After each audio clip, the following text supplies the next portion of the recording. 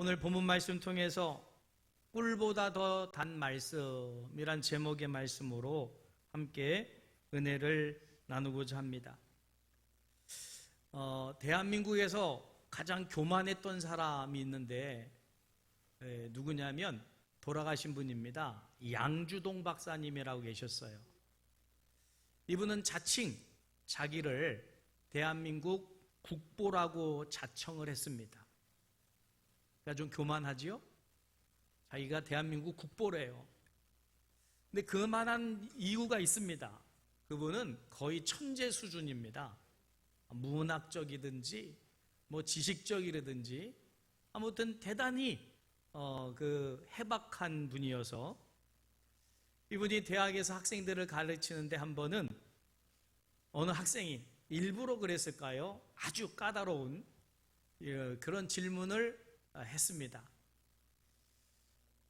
아무리 그 해박한 지식을 갖는다 할지라도 워낙 까다로운 질문이어서 쉽게 답변이 떠오르지 않아서 그래서 이제 이분이 어떻게 얘기했냐면 그 질문한 학생에게 그런 건 자네가 알 필요가 없다네. 왜냐하면 나도 잘 모르는 거니까 아예 알 필요가 없다 할 만큼 요즘 교수님이 그랬다가는 난리 나겠지만 그래도 이분은 그만큼 천재의 소리를 들을 수 있고 그만큼 자타가 공인할 정도로 지식이나 모든 면에 해박한 분이었어요. 이분이 대학 시절 일본에서 와세다 대학에서 공부를 했는데 한 번은 한 여학생에게 마음이 뺏겼습니다. 짝사랑을 하게 됐어요. 그래서 이 여학생이 도대체 어떤 학생이냐. 그래서 마음을 빼앗기고 관심을 갖고 보니까 기독교인인데 이 미션 스쿨 재학생으로서 기숙사에 있다는 걸 알게 됐어요. 그래서 이제 그 기숙사 주소야 쉽게 알 수 있으니까 어떻게 해서 이 여학생의 이름과 그 기숙사 주소를 알게 되니까 연애 편지를 썼습니다.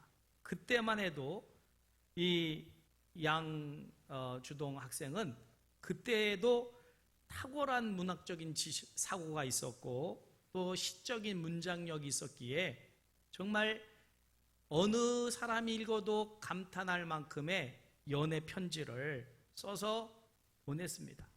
근데 반응이 없어요. 2번, 3번, 여러 번 보냈는데도 편지가 없는 거예요.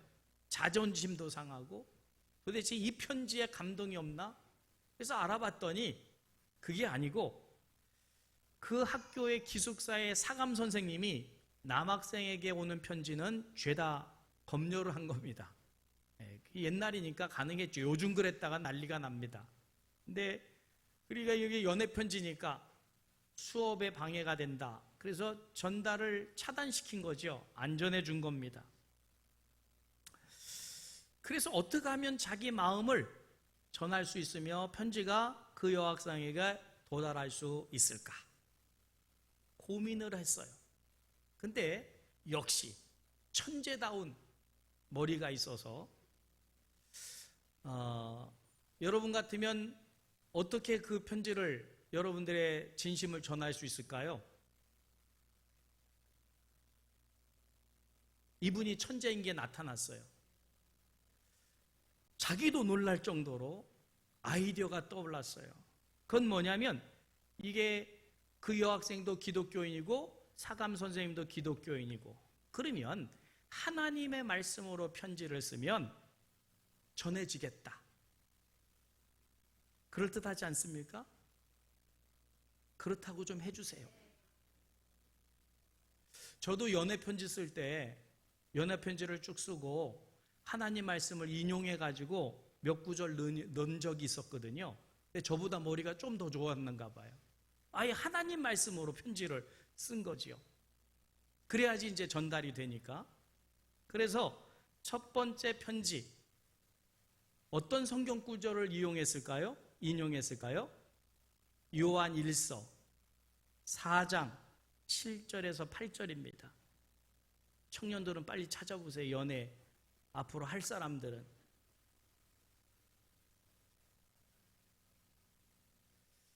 사감 선생님이 읽고는 하나님 말씀이니까 그 여학생에게 전달해 줬어요.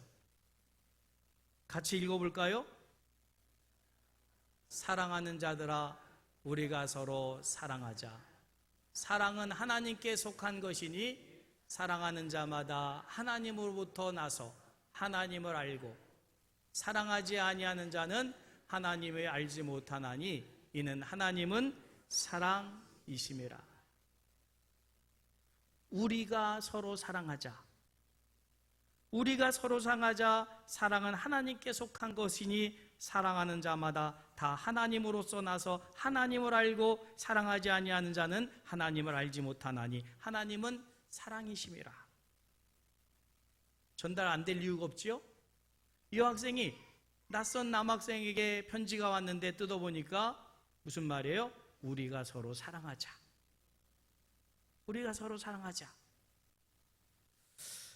가만히 읽고 또 읽어보니까 하나님은 사랑이시라는데 하나님이 사랑하라고 하는 것처럼 들려지는 거예요.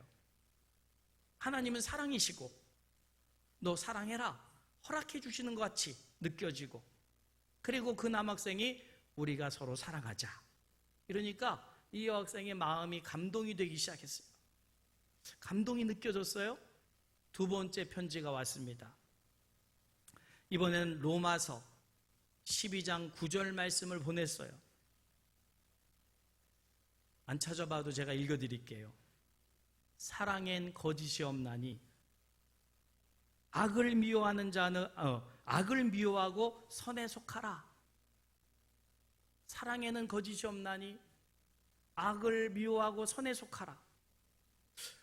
이 학생이 딱 봤는데 사랑에는 거짓이 없다. 그러니까 이 남학생이 지금 거짓으로 자기를 꼬시는 게 아니고 진짜 자기를 사랑해서 거짓 사랑이 아닌 진짜 사랑이다. 이건 선한 의미로서의 사랑을 고백하는 것이다. 느껴졌어요. 이 여학생의 마음이 움직이기 시작합니다. 그리고 관심을 갖기 시작해요. 이 남학생은 자기를 진정 사랑해주는 남학생인가 보다. 세 번째 편지가 기다려졌습니다. 세 번째 편지가 왔어요. 이번에는 요한일서 4장 18절 말씀을 보냈어요. 사랑 안에는 두려움이 없고 온전한 사랑이 두려움을 내어쫓나니. 뒤에는 볼 것도 없습니다. 사랑 안에 두려움이 없고 온전한 사랑이 두려움을 내쫓나니. 그러니까 내가 당신을 사랑하는데 이 사랑은 진정한 사랑이다. 거짓된 게 아니다. 그러니 내 사랑을 믿어달라. 내 사랑을 믿으면 두려움도 없고, 그리고 이 온전한 사랑은 두려움을 내어쫓을 거니까 그냥 마음을 열어달라. 이런 의미로 이 여학생이 받아들였어요. 그리고는 이제 만나기를 시작했고, 그리고 드디어 어떤 편지를 보냈냐면 마가복음 10장 7절에서 8절의 편지를 보냈습니다. 찾아보실래요? 말씀 띄워주시죠. 같이 읽을까요? 이러므로 사람이 그 부모를 떠나서 그 둘이 한 몸이 될지니라. 이러한즉 이제 둘이 아니요 한 몸이니. 그러므로 하나님이 짝지어 주신 것을 사람이 나누지 못할지니라. 아멘. 그리고 보냈어요. 이 여학생이 어떻게 됐을까요? 결국은 부모를 떠나 결혼하자, 이런 말이고, 그 진심이 통해서 아주 멋진 연애를 했다는 얘기입니다. 여러분, 우리가 누군가를 사랑하게 되면 그 사랑하는 대상에 대해서 보고 싶고 만나고 싶고 알고 싶고, 그리고 그 사람을 나만 소유하고 싶어서 결국은 결혼하는 거 아닙니까? 그게 사랑이죠? 오늘 뭐 기분 나쁜 일 있었습니까? 그런 사랑 안 해보니까 질투납니까? 사랑을 하면 그 대상을 보고 싶어요. 만나고 싶고요. 같이 있고 싶고요. 모든 걸 알고 싶고요. 나만 소유하고 싶어서 결혼하자. 그거 아닙니까? 여러분, 하나님을 사랑하십니까? 그럼 하나님이 보고 싶고 만나고 싶고 그분을 알고 싶고 그분이 나에게 무슨 말씀을 하시는지 듣고 싶고, 하나님 우리를 사랑하셔서 독생자 예수님을 주셨고 예수님도 우리를 사랑하셔서 우리의 죄값을 대신하여 십자가에 못 박혀 피 흘리시기까지 우리를 사랑하셨어요. 그러면 우리가 그분을 사랑한다고 하면 우리도 무슨 사랑에 대한 어떤 모습이 있어야 되는데, 여러분 이 자리에 나오신 여러분들은 우리가 믿고 사랑하는 하나님과 예수님을 만나고 싶어서 이 자리에 나오신 줄 믿으시길 바랍니다. 혹 습관에 의해서 나오셨습니까? 등 떠밀려 나오셨습니까? 아니지요? 하나님을 사랑하니까, 뵙고 싶고 예배드리고 싶어서, 그리고 말씀이 곧 하나님이시기에 하나님을 만나고자 하는 마음으로 하나님을 만나고자, 하나님의 음성 듣고자 이 자리에 나오신 줄 믿으시길 바랍니다. 그럼 하나님 말씀에 귀 기울여야죠. 무슨 말씀을 하는가? 귀를 기울이고 그 말씀에 집중하며 아멘, 아멘 해야 될 줄 믿으시길 바랍니다. 그게 사랑하는 모습이에요. 예배를 시작하기 전부터 벌써 또 눈 감고, 그러면 이게 과연 하나님을 사랑하는 것이냐? 여러분 요즘 뉴스에 보니까 그런 게 있어요. 팩트 체크 뉴스가 있더라고요. 이게 진짜 사실인 뉴스냐? 그래서 팩트를 체크해 주는 뉴스가 있더라고요. TV들 안 보이시죠? 자, 팩트 체크하겠습니다. 여러분 하나님을 사랑하십니까? 그럼 체크해 보세요. 내 사랑은 진짜 사랑인가? 진짜 하나님을 사랑해서 그 말씀을 사모하고 그 말씀을 듣고 하나님을 만나서 그 사랑에 반응하고 싶으냐? 아니면 습관에 의해서 그냥 예배 시간이니까 나와서 앉아 있는 것은 아닌가? 체크해 보시길 바랍니다. 누구 사랑을요? 내 사랑을. 하나님 사랑은 체크해 볼 것도 없어요. 내가 진짜 그 하나님에 대하여 나는 진짜 사랑하고 있는가를 체크해 봐야 돼요. 혹시 이게 가짜는 아닌지, 여러분 내 사랑이 하나님에 대하여 어떤 사랑인가를 체크해 보시기를 주님의 이름으로 축복합니다. 누가복음 10장에 보면 예수님이 마르다와 마리아 집에 가시죠. 얼마나 이게 놀라운 일입니까? 마르다와 마리아가 너무 기뻐서 마르다는 예수님께 음식을 대접하려고 음식을 만들기 시작합니다. 이 당시에는 지금이야 뭐 가다가 배고프면 돈 주면 음식 사 먹을 때가 많지만 이 당시에는 식당이라고는 거의 없는 때고, 그러니 식사 때가 돼도 누가 집에 없으면 얻어먹기도 쉽지 않은 때니까 마르다는 예수님이 시장하실 것 같아서 음식을 준비하기 시작합니다. 근데 마리아는 예수님의 발치에 앞에 앉아가지고 예수님의 말씀에 귀를 기울이고 있어요. 마르다가 화가 났어요. 분주해지기 시작하니까. 그래서 이제 들여다보니까 이 동생은 얄밉게도 예수님 발치에 앉아가지고 얘기를 들으면서 너무 행복한 모습인데 자기는 지금 땀 뻘뻘 흘리면서 이거 여러 가지 반찬을 준비하고 있으니 화가 났습니다. 그래서 예수님께, 예수님, 내 동생이 나를 혼자 일하게 내버려 두는 것을 그냥 보고 계시겠습니까? 즉 야단쳐서 가서 동생, 저 언니 좀 도우라고 해줘야 되는 거 아닙니까? 상식적으로. 그러면 예수님이 당연히 알았다, 마리아야 너 가서 마르다 언니를 좀 도와줘라. 이렇게 하실 줄 알았어요. 상식적인 겁니다. 근데 웬걸요? 예수님은 전혀 마르다의 기대에 부응하는 말씀을 하신 게 아니고, 마르다야, 너 왜 이렇게 분주해하냐? 많은 반찬 준비하려고 하지 마라. 한 가지만 있어도 괜찮다. 아니, 그거 안 해도 괜찮다. 마리아는 좋은 편을 택했으니 빼앗기지 아니하리라 라고 자기가 기대하는 대답을 해주신 게 아니고 엉뚜당뚜한 말씀을 하셨어요. 이 예수님의 말씀에 마르다는 괴로웠어요. 아니, 그럼 나는 뭔가? 내가 지금 이거 하는 것은 예수님이 별로 그렇게 기뻐하는 일이 아니고, 오히려 저 얌치탄 머리 없는 마리아가 예수님 앞에 앉아서 귀를 기울이는 것은 예수님이 좋게 여기신다는 건데, 그럼 내 수고는 뭔가?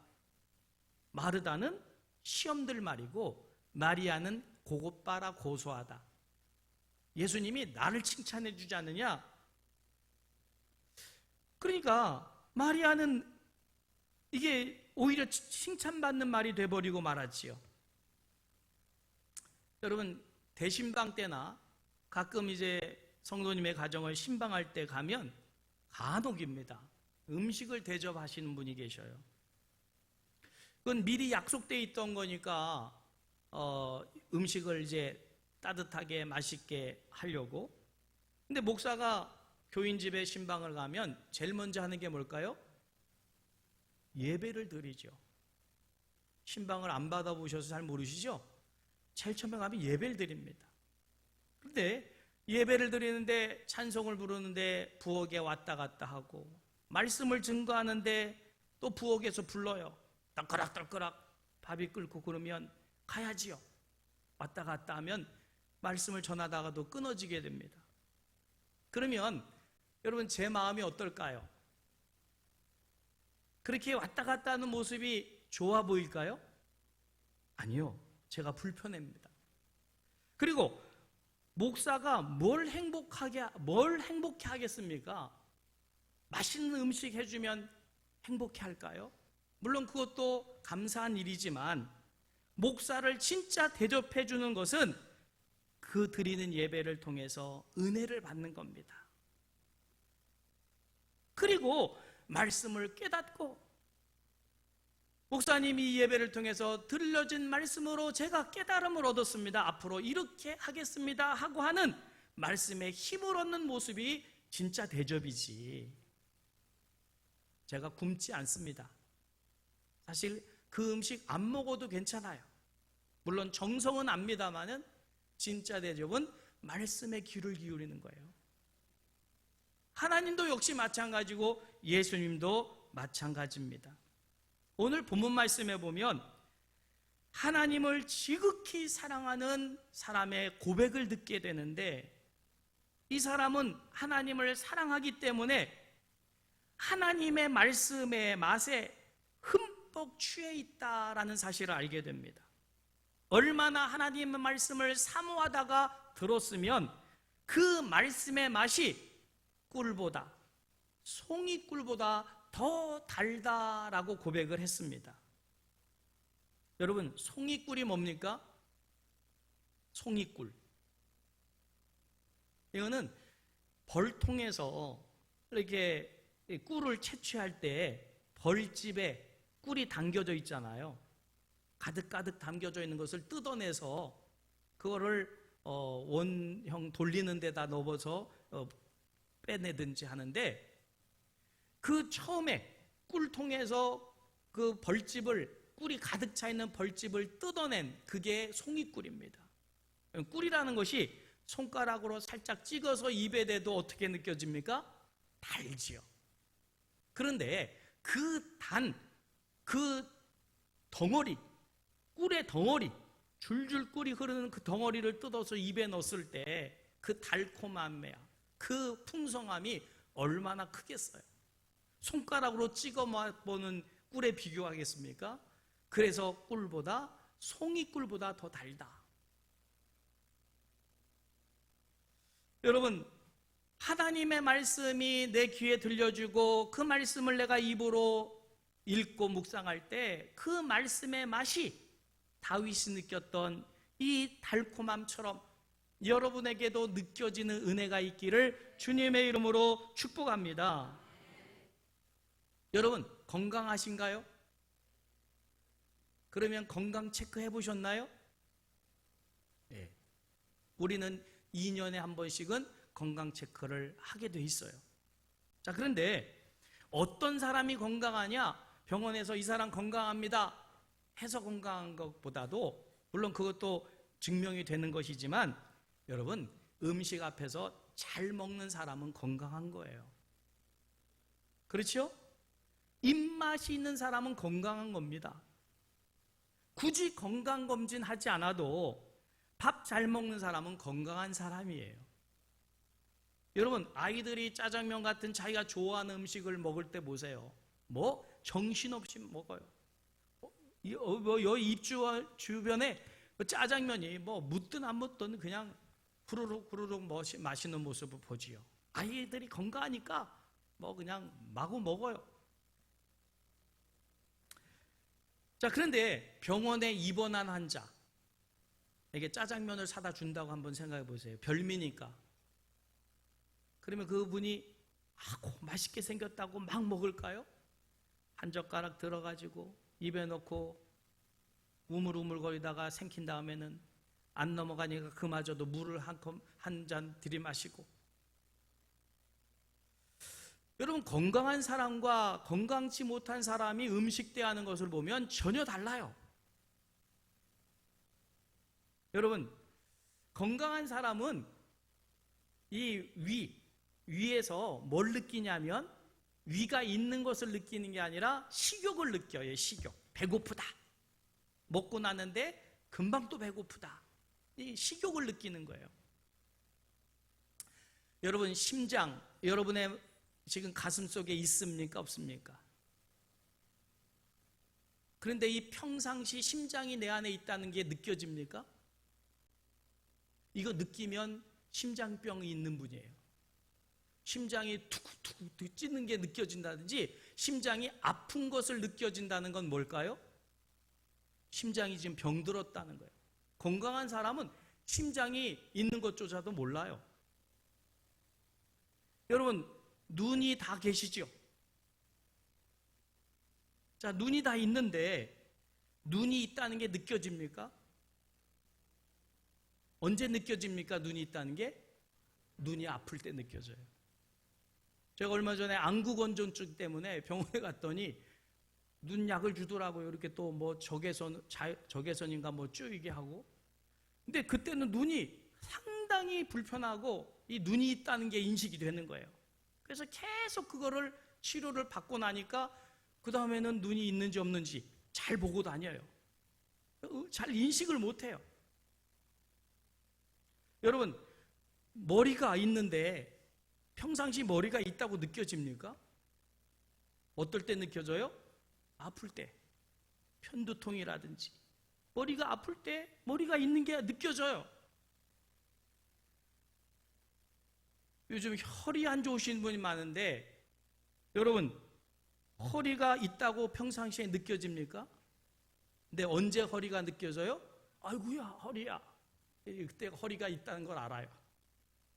자, 위라는 것도 마찬가지예요. 내 안에 있어요. 근데 위가 있는지 없는지 몰라요. 근데 위가 아픈 사람은 느껴요. 그건 건강하지 않은 사람이고, 건강한 사람은 뭘 느껴요? 식욕을 느끼죠. 먹고 싶은. 여러분 영적으로도 마찬가지입니다. 우리의 영이 건강하다는 것은 하나님의 말씀에 대해서 식욕을 느껴야 돼요. 말씀이 그리워지고 말씀을 읽고 싶고 말씀을 듣고 싶고 먹고 나도 곧 또 배고프고 듣고 또 듣고 읽고 또 읽고 할렐루야. 그 사람이 영적으로 건강한 것이요. 아멘. 얼마나 건강하면 소화력이 좋으면 읽고 나서 돌아서면 또 그 말씀이 그리워지는 거예요. 그리고 이 사람은 워낙 영적으로 건강하다 보니까 성경 어디를 보아도 어느 구절을 읽어도 하나님이 나를 사랑한다는 게 느껴지는 거예요. 아멘. 하나님 감사합니다. 그런데 건강하지 않은 사람은 하나님의 말씀을 읽는데도 시험 들어요. 그리고 아무 말씀이나 다 못 먹어요. 초보 같은, 여러분, 하나님의 말씀은 모든 말씀이 다 내 영혼을 소송시키는 귀한 생명의 말씀 되는 줄 믿으시기를 주님의 이름으로 축복합니다. 어떤 말씀을 들어도 다 그 말씀에 아멘 하며 순종하는데, 건강하지 않은 사람은 하나님 말씀인데도 듣고 그게 걸려요. 그래서 시험에 드는 거죠. 여러분, 건강한 사람은요, 육신적으로 어떤 음식을 먹어도 매워도 짜도 뭐 다 소화시킵니다. 근데 위가 건강하지 않고 소화력이 별로 없는 사람은 보세요. 매운 거 먹었다 난리 나고요, 조금 자기 비위에 맞지 않은 거 먹었다간 탈나는 게, 그게 건강하지 않은 사람의 모습이거든요. 여러분, 하나님의 말씀이 내 귀에 들려주고 그 말씀을 내가 섭취할 때 그 말씀, 모든 말씀이 하나님이 나를 사랑하시기에 내게 하시는 귀한 말씀으로, 내 영혼을 소송시키는 귀한 말씀으로 들려지기를 주님의 이름으로 축복합니다. 이런 분은 그 말씀의 구원의 은혜를 깨닫고 그 깨달은 말씀으로 가정을 천국과 같이 만들어가고 인간관계를 잘 맺고 사업에도 성공하지만, 하나님의 귀한 말씀을 듣고도 시험에 드는 사람은 그것 때문에 오히려 관계가 깨지고 오히려 불편하게 돼요. 여러분, 하나님의 말씀이 내 귀에 들려질 때 꿀보다, 송이꿀보다 더 귀한 말씀으로 들려지시기를 주님의 이름으로 축복합니다. 그러기 위해서 지난주부터 전교우 성경 읽기를 시작합시다. 광고 드렸지요? 못 들으신 분. 근데 어떤 분들은 계속 읽어서 카톡을 보내시는 분이 있고, 어떤 분은 한 번 읽으면 5분인데 3번을 읽으셨어요? 보내셨어요. 그러면 15분을 읽은 거예요. 그래서 참 잘하셨습니다. 그러면서 이제 그걸 보내드렸는데, 여러분, 하나님의 말씀이, 그 말씀을 내가 읽을 때 그 말씀이 꿀보다 더 단 말씀으로 그 말씀을 통해서 하나님을 만나는 은혜가 있기를 주님의 이름으로 축복합니다. 여러분, 하나님의 말씀은 살았고 운동력이 있고 좌우에 날이 선 예리한 검과 같아서 우리의 심령골수를 찔러 죽이는, 죄를 지적하고 변화되게 하는 생명의 말씀인 줄 믿으시길 바랍니다. 이 말씀은 읽으면 읽을수록 유익해요. 어떤 유익이 있을까요? 첫째, 우리의 영혼을 소송시켜 주신다 말씀하셔요. 7절 말씀 전반부 읽겠습니다. 시작. 여호와의 율법은 완전하여 영혼을 소송시키며. 할렐루야. 자, 소송한다는 말은 새로운 생기를 넣어준다는 거예요. 여러분의 삶에 지쳐서,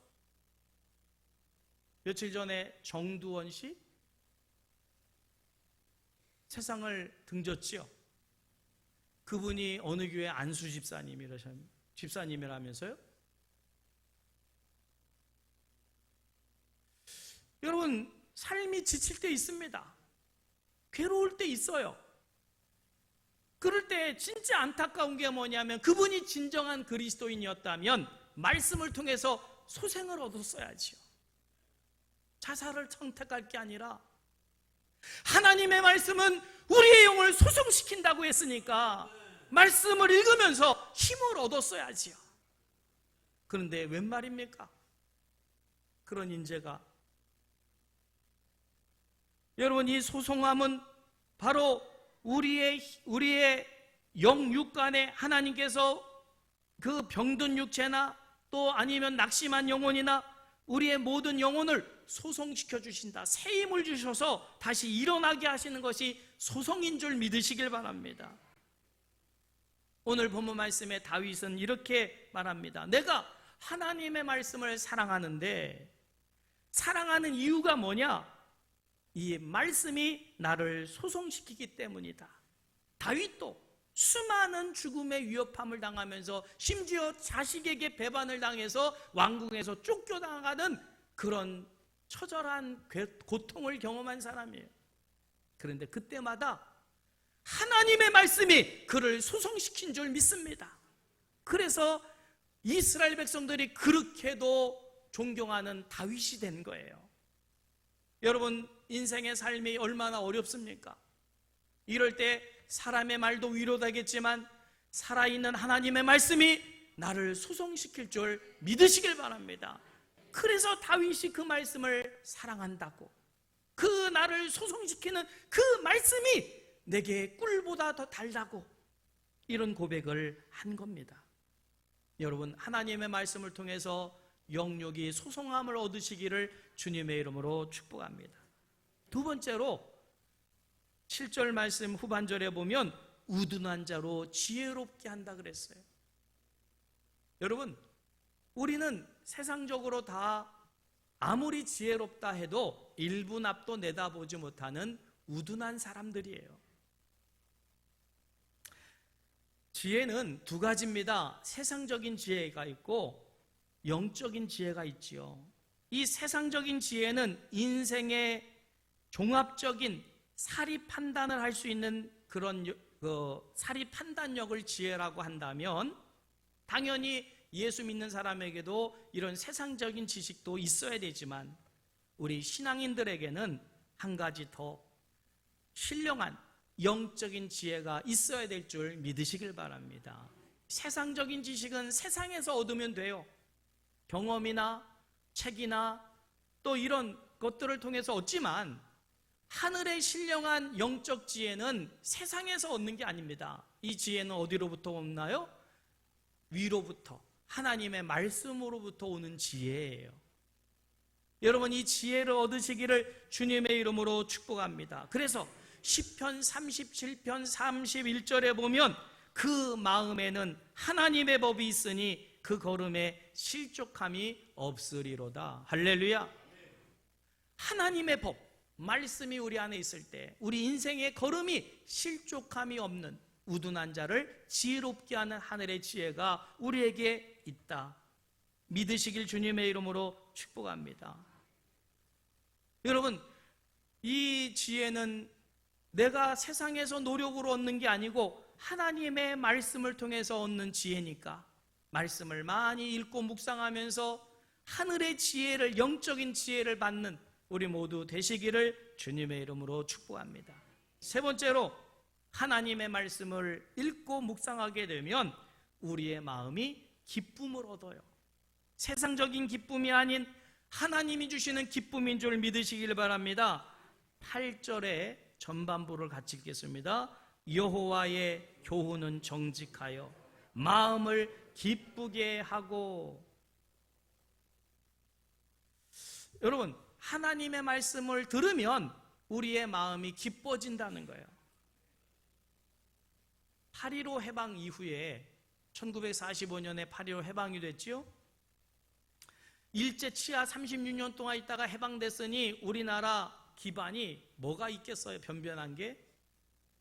이 당시에 대부분 담배 피는 사람들은 잎담배를 종이에 말아서 필터도 없는 담배를 폈답니다.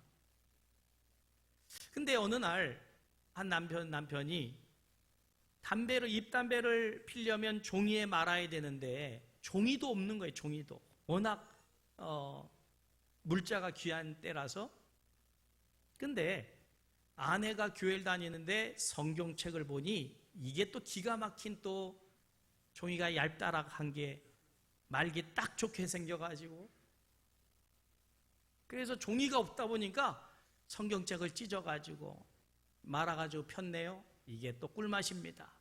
그래서 몇 장을 그렇게 했는데 누가 알았을까요? 아내가 알았지요.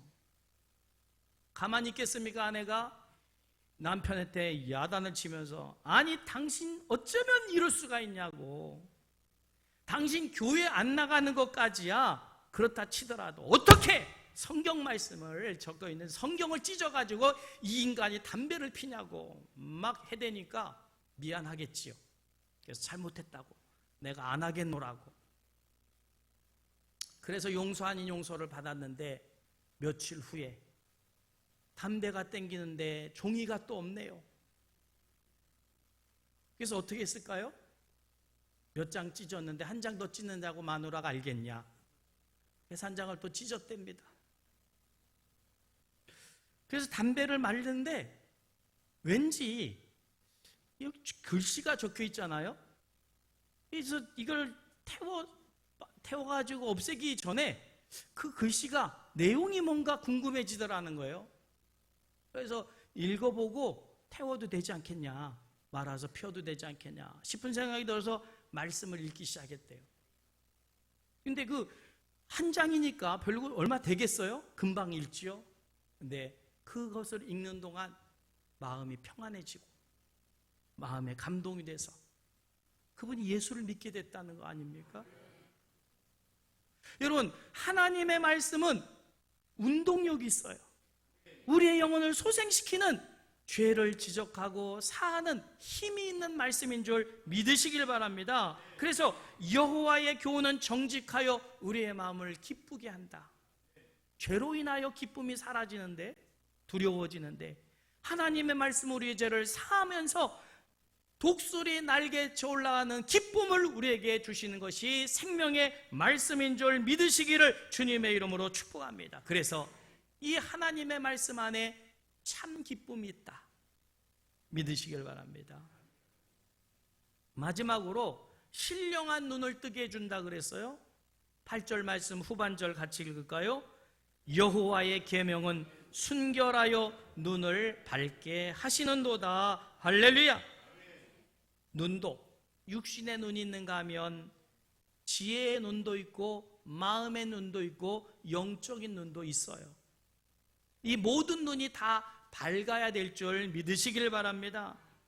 에베소서 1장 18절 19절 말씀에 보면 너희 마음의 눈을 밝히사 그의 부르심의 소망이 무엇이며 성도 안에서 그 기업의 영광의 풍성이 무엇이며 그의 힘의 강력으로 역사하심을 따라 믿는 우리에게 베푸신 능력의 크심이, 지극히 크심이 어떠한 것을 너희로 알게 하시기를 구하노라. 할렐루야.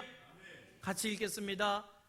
그의 힘의 위력으로, 18절부터 시작. 너희 마음의 눈을 밝히사 그의 부르심의 소망이 무엇이며 성도 안에서 그의 기업의 영광의 풍성함이 무엇이며 그의 힘의 강력으로 역사하심을 따라 믿는 우리에게 베푸신 지극히 능력의 지극히 크심이 어떠한 것을 너희로 알게 하시기를 구하노라. 아멘. 여러분, 하나님의 말씀을 읽을 때 비로소 우리의 영안이 열려지게 되면서 세상과 사단 마귀의 그 공격을 이겨낼 수 있는 강력한 능력을 소유하게 될 줄 믿으시기를 주님의 이름으로 축복합니다. 세상만 살아보며 살아가던 우리의 눈을 열어서 하늘을 바라보게 하시고 하나님의 나라를 소망하게 하시는 것이 생명의 말씀입니다. 비록 이 땅에 살고 있지만 우리는 이 세상에 속한 사람이 아니라 하나님의 나라를 상급으로 유업으로 받을 자임을 알게 하시사 이 땅의 모든 환난도 질고도 사단의 그 공격도 이겨낼 수 있는 힘을, 하나님은 우리의 마음의 눈을 열어서 그것을 보게 하시고 그 소유 능력을 갖게 하신다. 아멘? 그러면 읽어야 되겠습니까? 말아야 되겠습니까?